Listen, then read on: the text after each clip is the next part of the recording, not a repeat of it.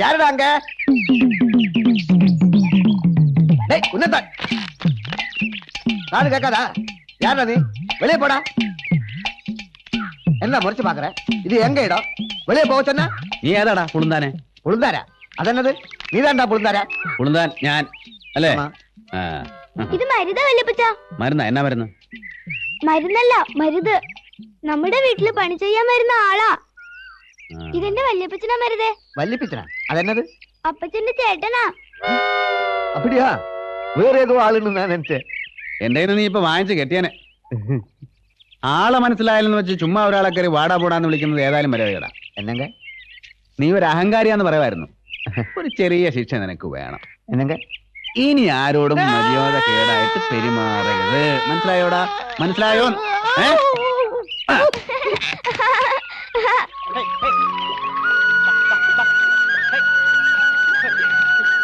ആ ഞാനതങ്ങ് മറന്നു. ജോണിച്ചാനെ നിന്നോട് അന്വേഷണം പറയാൻ പറഞ്ഞു. ജോണിച്ചാനോ?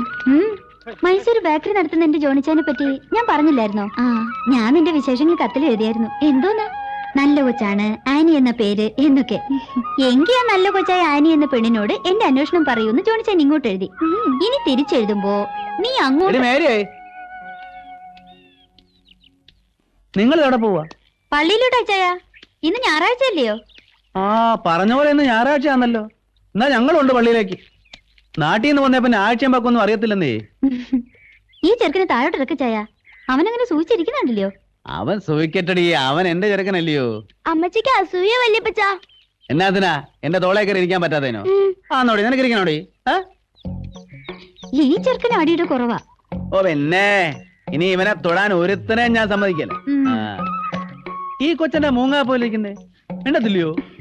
അയ്യോ ഇതെല്ലാം കേട്ടോ എന്റെ ആമാശയത്തിന്റെ അണ്ടർഗ്രൗണ്ട് വരെ വെയിച്ചു പോയല്ലോ. അതെ ചായ, ആനിക്ക് അവളുടെ കോഴികളെന്ന് വെച്ചാ വലിയ ജീവനാ. അതെനിക്ക് മനസ്സിലായി. ഞാൻ ഇവളുടെ കോഴിയെ പിടിച്ച് നിന്നൊന്നും ഇവക്ക് പിടിച്ചിട്ടില്ല. നീ കൊച്ചേ, നിന്നെക്കാൾ ഇഷ്ടമാ ചാണ്ടിക്ക് കോഴിയെ. ഒരു വ്യത്യാസമുള്ളൂ, നീ വളർത്തുന്നു, ഞാൻ തിന്നുന്നു. വേറൊരു വലിയ സത്യം ഞാൻ കൊച്ചിനോട് പറയട്ടോ. ഞാൻ ആരുടെ കൊച്ചൊന്നുമല്ല. പിന്നെ ഭൂമിയിൽ നിന്ന് പൊട്ടിമുളച്ച് വന്നാന്നോ? കെറിവിക്കാതെ മോളെ, ഒരു കാര്യം മനസ്സിലാക്ക.